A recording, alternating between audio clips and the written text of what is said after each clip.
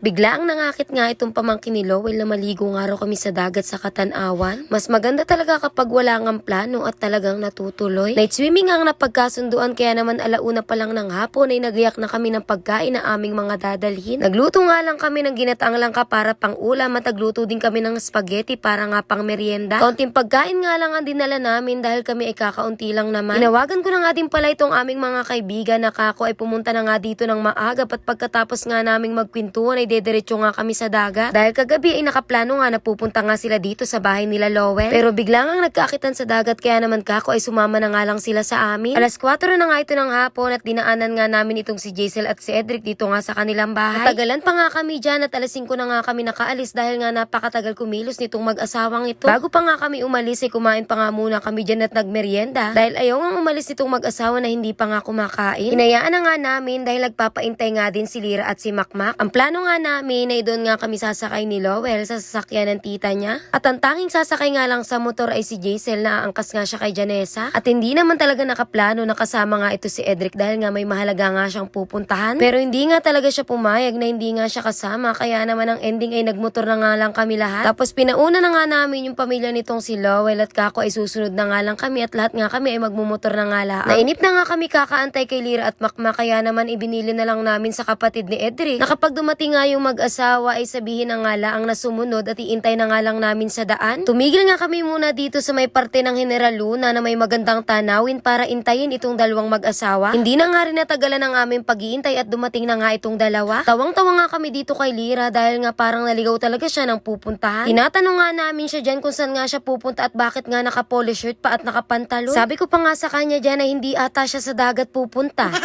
Galing pa nga raw silang reunion doon sa Ginyangan kaya naman hindi na nga raw sila nagpalit dahil nga hapon na rin at nagmamadali na nga rin kami. Sa mga oras na ito ay nandito na nga kami sa Katanawan at napakabilis nga lang ng aming biyahe dahil nga napakaganda naman ang daan dito sa Katanawan Road. Halos 30 minutos nga lang siguro ang biniyahin namin dahil nga talagang mabilis nga ang biyahe lalo na kapag nga nakamotor. Nauna na nga pala yung mga magulang ni Lowell dito sa dagat kaya naman bago nga kami pumunta dito ay tinawagan nga muna namin kung saan nga sila nakapesto. Malawak at mahaba nga itong kanlagkit kaya naman talagang hindi nga pwede na basta-basta na nga lang namin silang hanapin. At isa pa ay napakaraming ang tao dito na naliligo dahil nga araw nga ng Semana Santa. Pagkarating namin dito sa cottage ay siyempre kumain nga muna kami dahil nga hapon na rin ito ay nakakaramdam na nga rin kami ng gutom. Dito nga nila gustong pumesto sa labas dahil may dala nga itong si Jaisel na mga foldable na chairs at saka nga table. Kahit nga may nirentahan kaming cottage ay dito talaga nila gustong pumesto sa labas para nga daw pil na pil namin yung ambience nga ng dagat. Umalis nga itong si Lowell at si Edric para pumunta nga dun sa bayan kaya naman naisipan namin maglakad-lakad nga muna dito sa tabing dagat. Nung mga edad na 15 or 16 nga kami ay madalas nga talagang dito kami magpunta. At dito sa Kanlagkit talaga madalas nga kaming mag-swimming. Sa paglalakad nga namin ng sandali dito ay talagang napakarami na nga ng pagbabago. Habang naglalakad pa nga kami dito ay hinahanap pa nga namin yung kaisa-isang cottage na nandito dati. Dahil sa pagkakatanda nga namin ay talagang mangilan-ngilan nga lang ang cottage dito noon. Hanap-hanap nga talaga namin na talagang nag-iba na nga yung itsura at tawang-tawa pa nga kami at talagang naaalala pa nga namin yung mga nakaraan.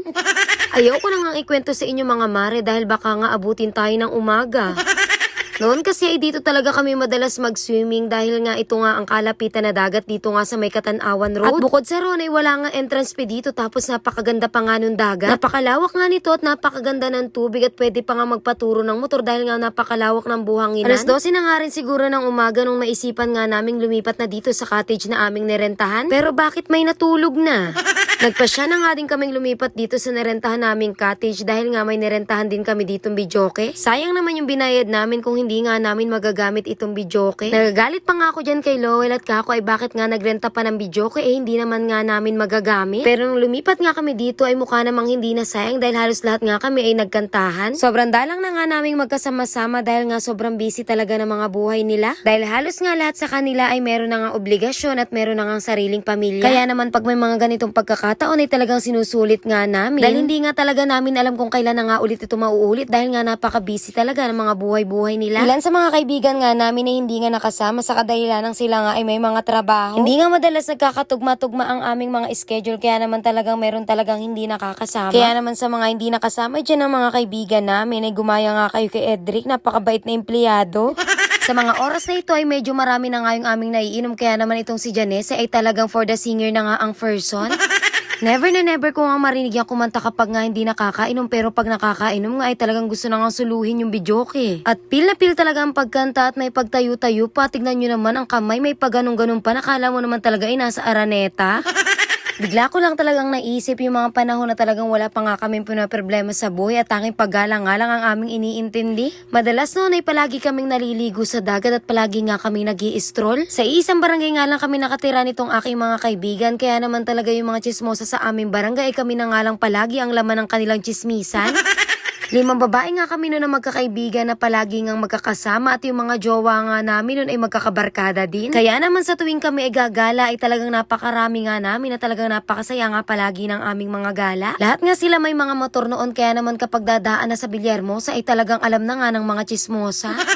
Nakakatawa na lang talagang isipin yung mga panahon na talagang medyo bata-bata pa nga kami. Basta may galang nga kami noon ay kanya-kanya talaga kami ng pag-iisip kung paano nga kami magpapaalam sa aming mga magulang. Hindi naman ako gaanong nahirapan noong mga panahon yun dahil maluwag naman sila mama at papa. Ang tanging gusto nga lang nun ni papa ay pagpapaalam ako sa bahay tuwing aalis kami at tuwing babalik ay kailangan ay pagsasabi nga rin ako na nandito na nga ako sa bahay. At sa pagkakatanda ko talaga ay si Janessa nga in charge sa pagsasabi palagi noon. Kahit anong oras nga ako umuwi noon, basta ang importante ay maririnig nga nila pag hinatid ako sa bahay na, "Tito, nandito na po si Morena." Natatawa pa nga ako nun, bakit kailangan ka akong sabihin pa na ganun, ay tulog naman na sila. Basta pag hindi nga narinig na papa na ganun nga ang sinabi nitong mga kaibigan ko, ay nako, katakot-takot na sermon ang mangyayari sa akin kinabukasan. At kung malalasing pa nga ito si papa, ay nako, dun nga ako papagalitan at sasabihin na walang galang itong aking mga kaibigan. Ito nga yung sinasabi ko sa inyo kanina na napakalawak ka ng buhangin nandito sa Canlaguit. Alas 6 na nga ito ng umaga at bago nga kami magbiyahe papunta ng Lopez ay kailangan nga muna naming mag-almusal. Noodles nga ang inalmusal namin dyan dahil kagabi nga ay nagbili nga si Lowell ng sapat na dami ng mga cup noodles para nga gawin naming almusal kinabukasan. Pil na pil pa nga ng bruhang ito ang paghigop ng sabaw dahil wala pa nga siyang tulog. Pagkaubos nga nung iniinom namin kagabi, nagpabili pa nga itong si Janessa at yan nga ang natira, napakarami pa. Sa pakuwari ko ay may 3 or 4 na tagay nga lang ang nabawas dyan. Paminsan-minsan ay kailangan lang talagang malasing itong bruhang to para hindi ka nga mahirapang magpabili.